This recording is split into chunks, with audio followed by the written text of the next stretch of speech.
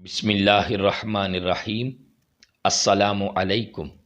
حضرت علی شیر خدا رضی اللہ تعالیٰ عنہ کی جو شان پاک ہے وہ اللہ کے پیارے محبوب صلی اللہ علیہ وسلم نے اپنی پیاری پیاری وما ینطق عن الہوی ان ہوا الا وحی یوحی والی زبان سے بیان کی ہے۔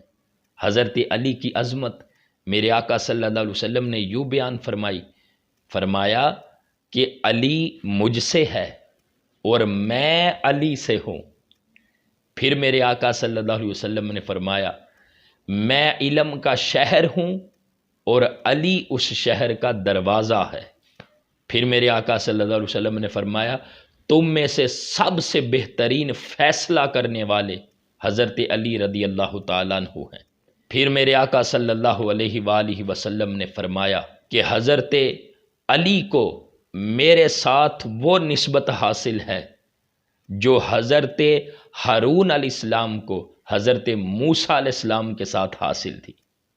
پھر میرے آقا صلی اللہ علیہ وسلم نے فرمایا کہ علی کو میرے ساتھ وہ نسبت حاصل ہے، علی کا میرے ساتھ وہ تعلق ہے جو روح کا تعلق جسم کے ساتھ ہے یا پھر سر کا تعلق بدن کے ساتھ ہے۔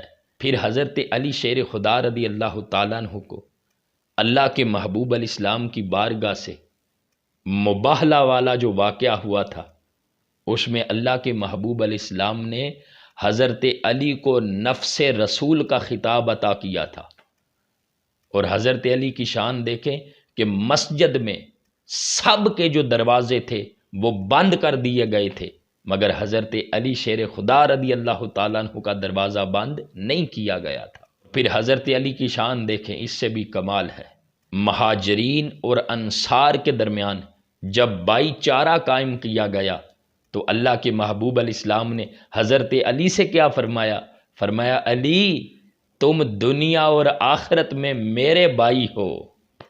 پھر آقا کریم علیہ السلام کی بارگاہ سے جو کمال عظمت ملی ہے، غدیر غم کے موقع پر ہزاروں کے مجمع کے سامنے اللہ کے محبوب علیہ السلام نے حضرت علی شیر خدا رضی اللہ تعالیٰ عنہ کو کیا فرمایا کہ من کنت مولا فہذا علی مولا، جس کا میں مولا ہوں اس کا علی مولا ہے۔